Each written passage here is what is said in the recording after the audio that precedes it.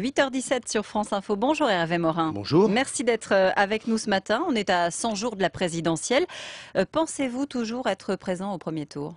J'espère en effet être présent au premier tour. Il me faut mes 500 signatures. Vous ne les avez toujours pas? J'ai commencé il y a 3 semaines. Vous savez... Vous en avez 300, je crois, à peu près. Oui, c'est ça. Écoutez, les choses sont simples. Je suis candidat depuis la fin du mois de novembre. Je suis un candidat neuf, nouveau.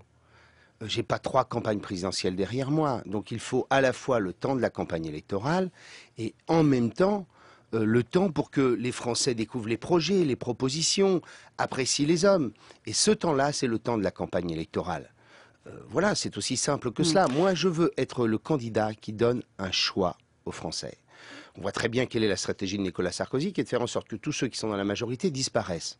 Moi, je dis très clairement, il faut que dans cette majorité, il y ait un homme qui fasse des propositions. Je les ai faites sujet par sujet. Quand je vois le débat, par exemple, sur le temps de travail, je suis le seul à avoir dit, eh bien, il va falloir que la France fasse un effort collectif et que cet effort collectif passe par le fait de travailler un peu plus. Et j'ai proposé la semaine des 37 heures, c'est-à-dire travailler autant que les pays européens voisins, c'est-à-dire l'Allemagne, l'Angleterre ou les Pays-Bas. Il n'y a pas un pays en Europe qui travaille moins de 37 heures. Bien, je dis, faisons cet effort collectif qui réduira la dépense publique, qui permettra à l'économie française d'être plus performante.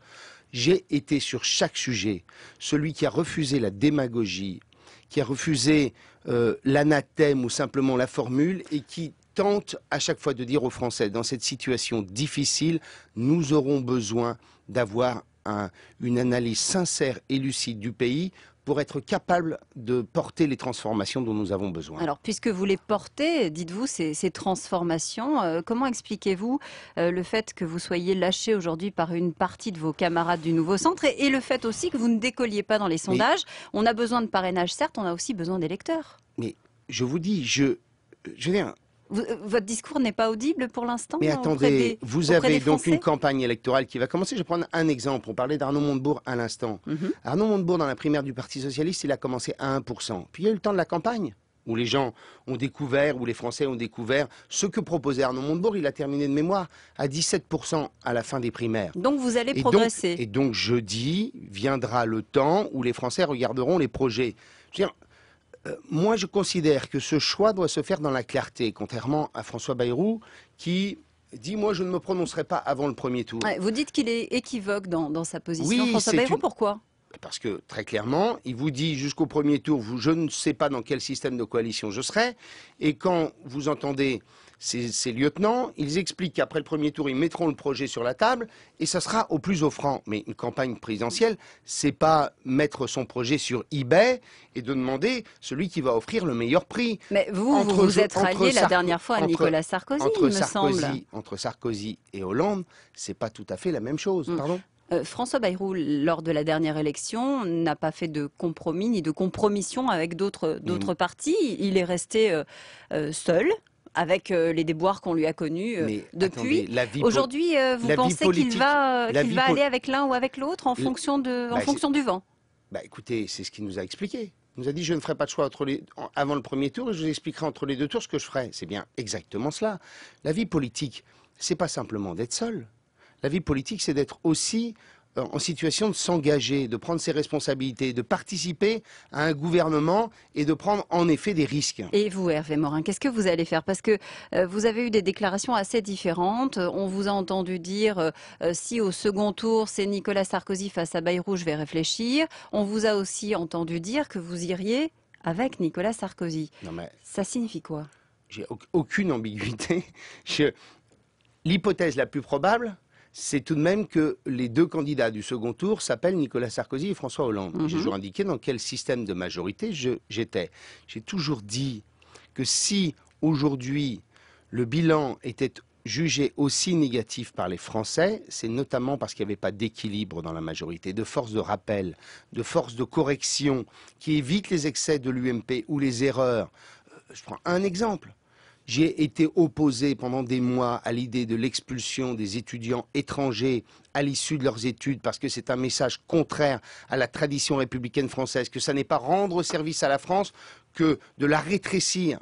Mais sauf que nous sommes dans un système dans lequel le pouvoir appartient à un seul parti. Et donc je ça veux de signifie que l'équilibre. même s'il y a des choses qui Donc ne ça, vous c'est le premier. conviennent Attendez, laissez-moi pas, finir. vous irez quand même avec l'UMP. Mais vous croyez que Jean-Luc Mélenchon ou Eva Joly, tout leur convient dans les propositions de François Hollande? Mais il y a un moment, il faut accepter aussi l'idée d'un contrat de gouvernement dans lequel chacun est appelé à faire des concessions. Ça, c'est le premier cas de figure, pour revenir à votre première question.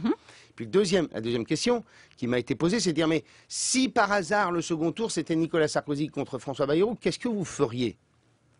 Je dis que là, le centriste que je suis observerait les programmes, regarderait les conditions d'exercice de cette majorité éventuellement nouvelle autour de François Bayrou avant de me prononcer. Ça me paraît, me semble-t-il, assez cohérent. Ça signifie que pour l'instant, vous restez dans la course à la présidentielle ou que vous n'excluez pas de vous retirer? Certains vous enjoignent de le faire avant le congrès du mois de février, le congrès de votre parti.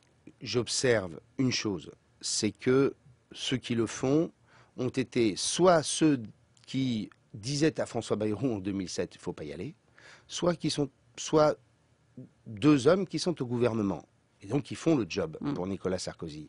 Je dis très clairement, et je l'ai toujours dit... En l'occurrence, François Sauvadet notamment. Je l'ai toujours dit, l'intérêt d'un congrès fin février, début mars, c'est que c'est avant le dépôt des candidatures. Si j'étais à 0,5% au 15 mars, au moment du dépôt des candidatures, vous êtes évident, entre 0 et 1% effectivement à l'heure actuelle dans les différentes enquêtes d'opinion. Dans les sondages, mais peu importe, il y a 60% des Français qui vous disent aujourd'hui je ne sais pas encore pour qui je vais voter.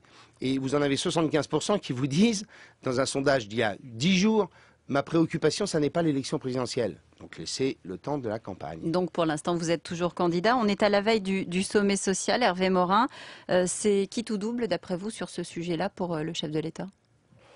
Je ne sais pas si c'est quitte ou double. La seule chose, c'est que ça ne doit pas être un sommet social dans lequel on multiplie les annonces qui seraient le signe d'une fébrilité inutile à 3 mois de l'élection présidentielle. Je pense par exemple que la baisse massive des cotisations sociales, c'est nécessaire dans le pays. De trouver une autre fiscalité qui porte sur la consommation, c'est aussi nécessaire. Et ça doit se faire avant l'élection ? Mais ça ne se fait pas à 3 mois du premier tour d'une présidentielle. Merci Hervé Morin d'avoir été en direct avec nous sur France Info.